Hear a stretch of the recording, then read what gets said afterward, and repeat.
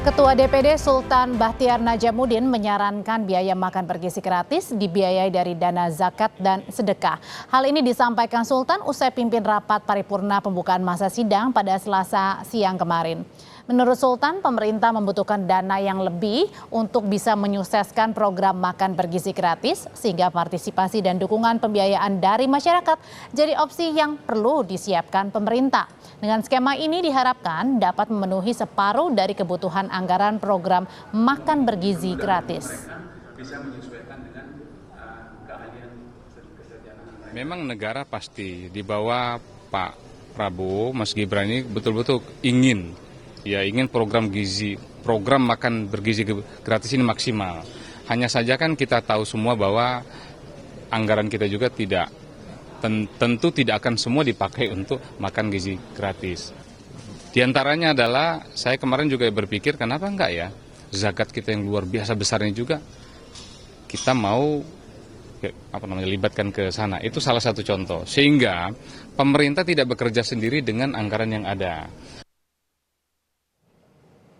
Sementara Wakil Ketua DPR, Sufmi Dasko Ahmad menolak usulan DPD untuk menggunakan opsi zakat dan iuran untuk program MBG. Menurutnya jika opsi zakat dan iuran diberlakukan, maka program tersebut tidak lagi berlaku gratis. Dasko justru mengapresiasi pimpinan kepala daerah yang menyiapkan sendiri pelaksanaan makan bergizi gratis di daerah masing-masing.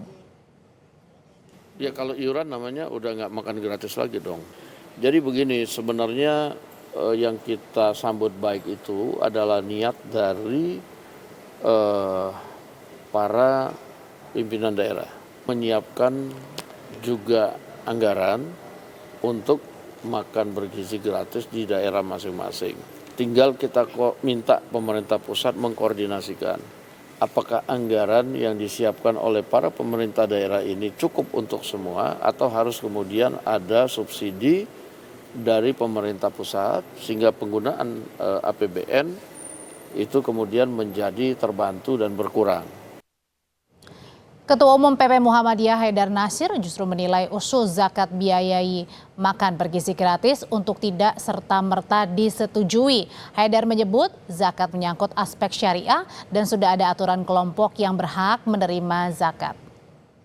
Baiknya dibicarakan dengan Badan Amil Zakat Nasional, kemudian lembaga-lembaga zakat yang dikelola oleh Ormas.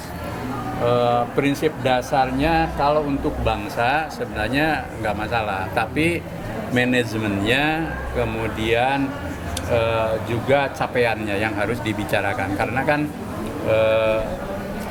Badan Amil Zakat punya regulasi sendiri untuk dana yang digunakan karena menyangkut pertanggungjawaban dana umat. Nah itu. Jadi soal seperti itu tidak cukup dengan gagasan, tapi dibicarakan lewat berbagai pihak yang terkait. Dari laman resmi Badan Amil Zakat dan Infak Nasional menjelaskan ada 8 golongan orang yang menerima zakat. Di antaranya adalah golongan fakir, yakni mereka yang hampir tidak memiliki apa-apa sehingga tidak mampu memenuhi kebutuhan pokok hidup. Ada juga golongan miskin. Ini adalah mereka yang memiliki harta namun tidak cukup untuk memenuhi kebutuhan dasar. Ada golongan amil, mereka yang mengumpulkan dan mendistribusi zakat. Lalu mualaf, yakni mereka yang baru memeluk agama Islam dan membutuhkan bantuan penguatan tauhid dan syariah. Golongan rikab, yakni adalah hamba sahaya. Golongan garimin, mereka yang berhutang untuk kebutuhan hidup. Ada juga golongan fisabilillah, yakni mereka yang berjuang untuk kegiatan dakwah. Dan yang terakhir, golongan Ibnu Sabil, mereka yang kehabisan biaya di perjalanan. Kepala Staf Kepresidenan A.M. Putranto menyatakan wacana makan bergizi gratis didanai zakat adalah hal yang tidak tepat. Ia menegaskan anggaran makan bergizi gratis sebesar 71 triliun rupiah ini sudah disesuaikan dengan kecukupan program secara bertahap.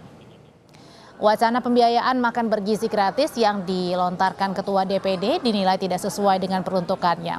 Kepala Staf Kepresidenan AM Putranto menyatakan dana zakat tidak seharusnya diberikan untuk penerima manfaat MBG atau makan bergizi gratis. Ia yakin dana anggaran yang telah disiapkan pemerintah dapat memenuhi kebutuhan program makan bergizi gratis.